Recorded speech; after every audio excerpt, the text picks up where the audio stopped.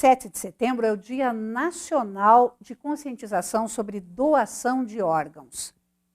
É a data que marca aí o ápice das comemorações do Setembro Verde, um mês inteiro dedicado a falar sobre isso, e tem que ser falado. Hoje nós temos 45 mil pessoas na fila de transplante no Brasil e que só dependem de um sim, de um ato de amor ao próximo. E para falar sobre isso, eu converso hoje com a Tati, que é a psicóloga do Hospital Universitário Regional dos Campos Gerais e que tem justamente a missão de conversar com as famílias nessa hora tão difícil. Tati, prazer te receber, seja bem-vinda. Sei que é um assunto um pouco desconfortável para a maioria das pessoas falar sobre morte, né? É um momento muito triste, realmente, mas é uma necessidade a gente fazer esse apelo, assim, em mídias, em redes, que a gente tenha acesso à população, para que o número de sims aumente, porque as pessoas ainda estão dizendo muito não. As pessoas têm medo de falar isso em casa, de comentar que são doadores. O que acontece? As pessoas têm medo de falar de doação de órgãos porque ele implica necessariamente na ideia de morte, é isso? Eu acredito que sim. A morte, como, né, é um tabu. Na nossa região aqui, né, do Ocidente, ela é realmente velada. Não se fala sobre isso para não atrair, para não chamar.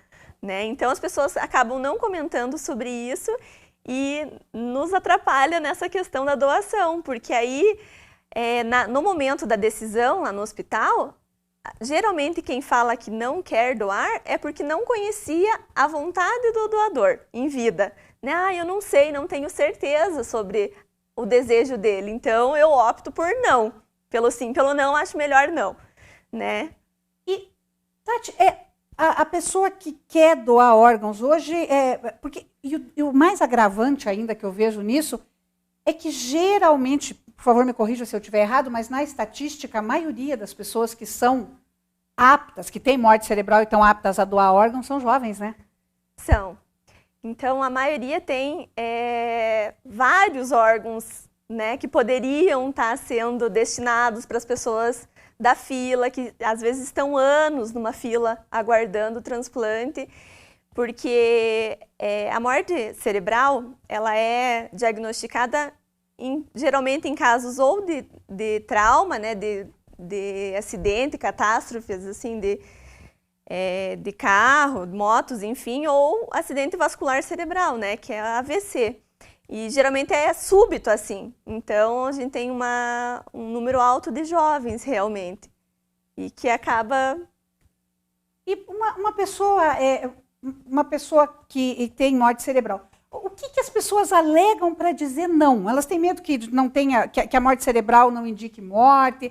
Como é que situa aí essa morte cerebral, que a pessoa está morta, mas não totalmente... O que é exatamente essa morte cerebral? Como é que você caracteriza ela? É um processo bem rigoroso, sabe? É um protocolo que é seguido, são vários exames, são feitos por médicos diferentes, tem exame de imagem para comprovar. Então, é uma notícia, um diagnóstico totalmente confiável, né? Não tem dúvidas nenhuma sobre isso. Uhum. Então, o paciente realmente está morto, infelizmente. Mas os órgãos ainda estão funcionando por conta dos aparelhos, de medicações, né? Então, a gente tem um tempo pequeno também para essa conversa. Então, isso também torna mais difícil, porque no mesmo momento que você dá a notícia que a pessoa faleceu, você já precisa da resposta. Você não tem um tempo para a pessoa pensar e processar tudo isso, né? Então, realmente é muito difícil. E o que as pessoas alegam, principalmente, para negar? O não conhecimento do desejo do doador. Por isso a gente pede encarecidamente que contem para os seus familiares, para as pessoas que vocês convivem, o real desejo, se sim ou se não. Né? Para deixar tudo muito claro, porque daí a decisão da família fica tranquila, nesse sentido de estou fazendo o desejo dele, né? Estou honrando a vontade do meu familiar. Então precisa conversar sobre isso, não tem escapatória. Não tem algum documento, alguma proposta de alguma lei, alguma coisa, que a pessoa tenha um documento que ela deixe, que ela é doadora, e aí a vontade da família vai ficar em segundo plano? No Brasil hoje não tem nenhum projeto sobre isso, não pelo menos que eu conheça. Então, porque isso facilitaria muito, né? Facilitaria, aham. Eu já até li alguns artigos que em outros países a pessoa tem que se declarar não doadora, porque daí se não se declarar não, é considerado sim, né? Em alguns anos atrás aqui no Brasil tinha a carteira de identidade não doador, mas isso hoje em dia a gente não considera mais, sabe? A gente considera a decisão da família. E a família, uma pessoa quando morre, que entra em morte cerebral, quantas pessoas ela pode beneficiar com a doação, Tati? Umas 8 pessoas.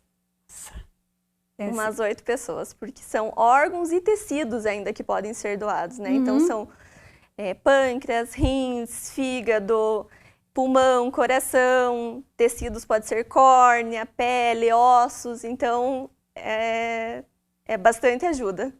E as pessoas, aí você fala em doação, por exemplo, de pele, de ossos, de córneas. A pessoa tem medo que esse familiar fique deformado? Algumas têm um pouco desse pensamento, sim. Mas o funeral, esse momento de despedida acontece da mesma forma, né? É feito um procedimento cirúrgico e é entregue o corpo para a família exatamente do jeito que deve ser digno. E hoje em dia, nós estamos vivendo uma realidade tão diferente que nós não tínhamos até no passado. Hoje em dia, quando você pensa que nós estamos tendo tantas mortes que as pessoas não estão tendo a oportunidade de se despedir, né? Exatamente. Que aí essa preocupação acaba ficando em segundo plano, né? Exatamente. A gente está com essa pandemia, as coisas mudaram bastante, né? Inclusive, a gente teve alguns pacientes em morte encefálica com Covid. Então, às vezes, não é uma coisa só ou outra. Então, e aí esse processo também é descartado com o paciente que tem coronavírus, também não é aceito para doação. E eu imagino que o paciente com Covid, com suspeita de Covid, que, né, não... quer dizer, hoje todo mundo é potencial suspeito. Quer dizer, se você chega lá com uma pessoa que entra em morte cerebral, sofreu um acidente, que seja jovem e tal... Como é que você faz? Você tem que fazer teste de Covid primeiro? Tem que fazer o teste do Covid. Entrou o teste do Covid no nosso protocolo com todos os testes, aí o teste do Covid também precisa ser realizado quanto antes. E com isso, quer dizer, o número de doações que já é pequeno agora, nessa época de pandemia, deve ter piorado bastante. Diminuiu. A gente continua com bastante negativas, né? E o nosso objetivo a cada ano, a cada setembro verde, é tentar conscientizar a população o mais possível para que isso essa negativa seja diminuída e a gente consiga salvar o maior número de pessoas que estão nessa fila sofrendo. E para você, Tati, como psicóloga, deve ser uma missão muito espinhosa, né? Você assim, já é um verdadeiro sacerdócio você estar ali para dar essa notícia tão trágica para uma família. Como é que é essa abordagem? Como é que você segura a tua cabeça, o teu coração para trabalhar com isso? Primeiro que é uma escolha, né? Eu realmente escolhi estar lá e eu respeito muito a família que, infelizmente, não teve a mesma escolha do que eu de estar lá naquele momento.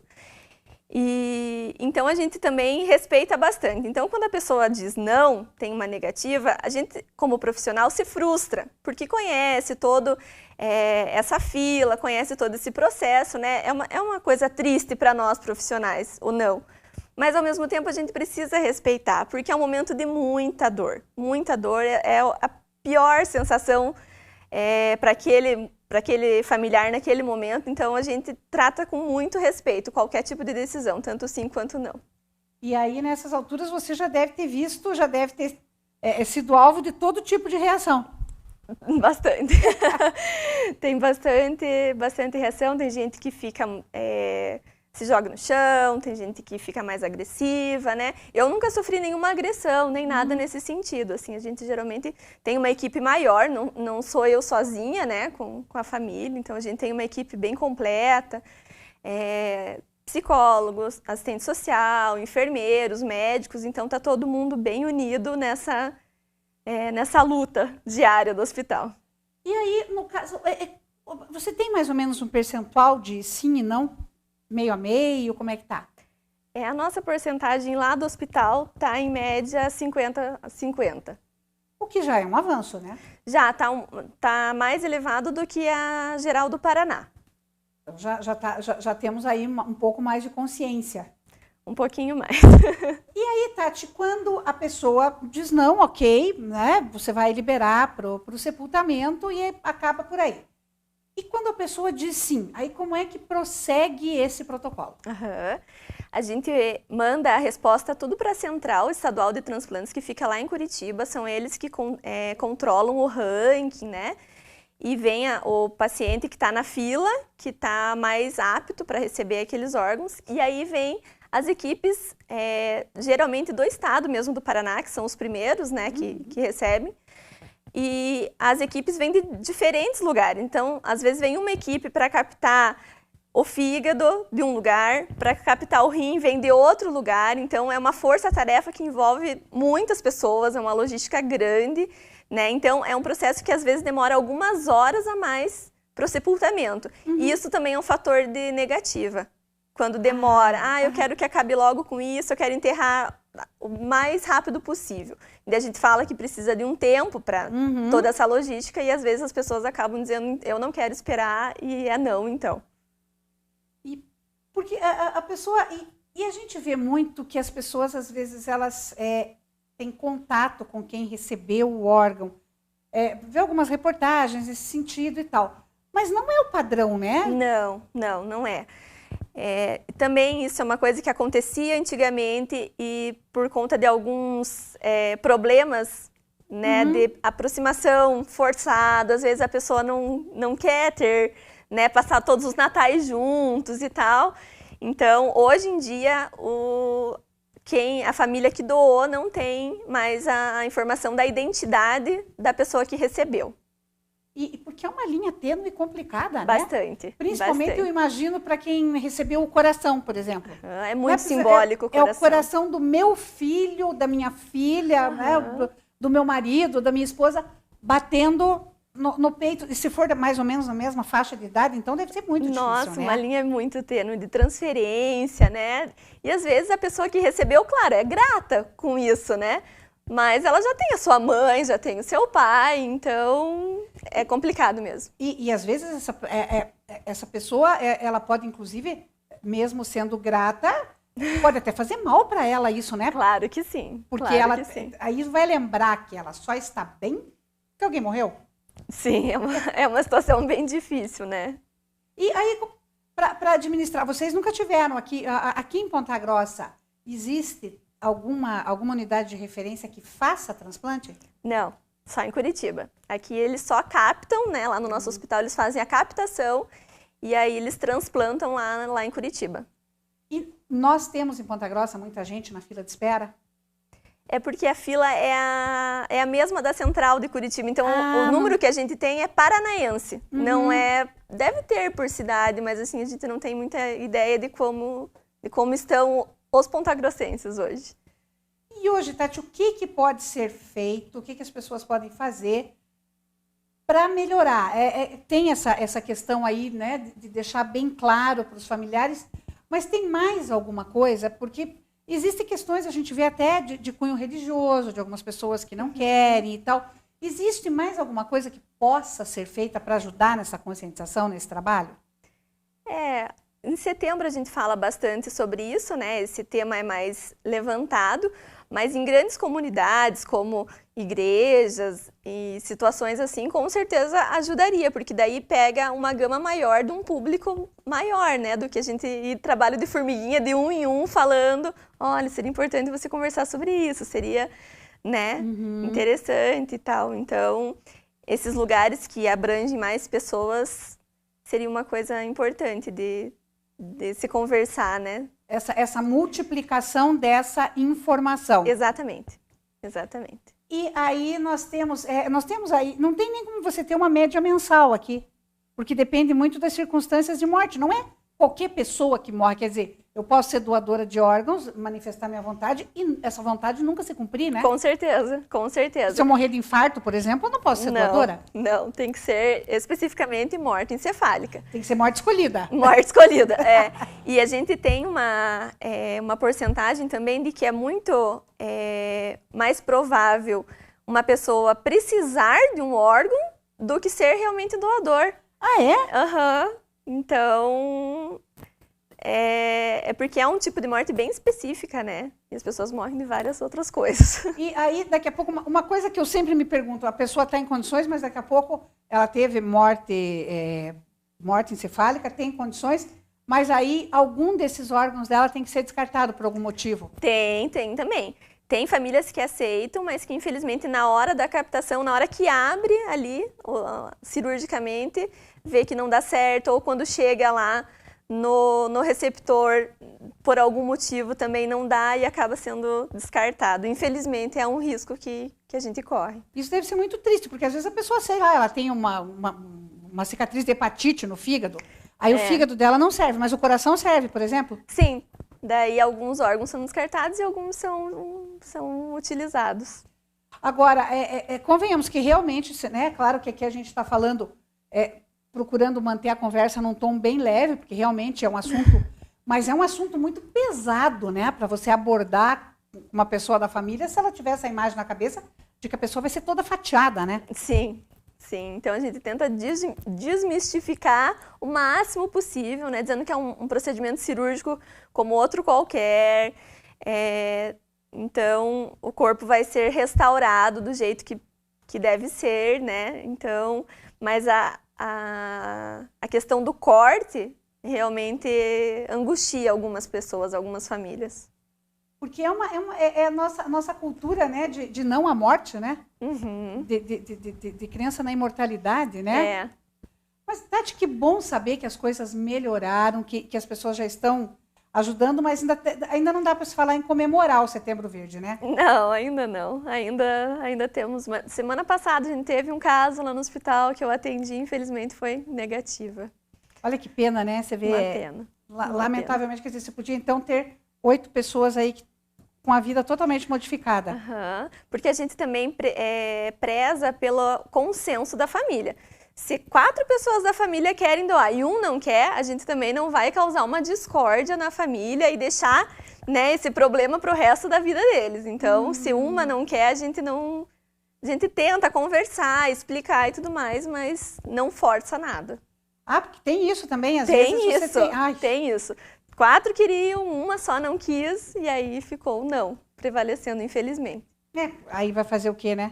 Exatamente. Porque o não, até alguns minutos depois, você pode reverter. O sim, você já não reverte mais, né? Exatamente. Então... Não tem como voltar.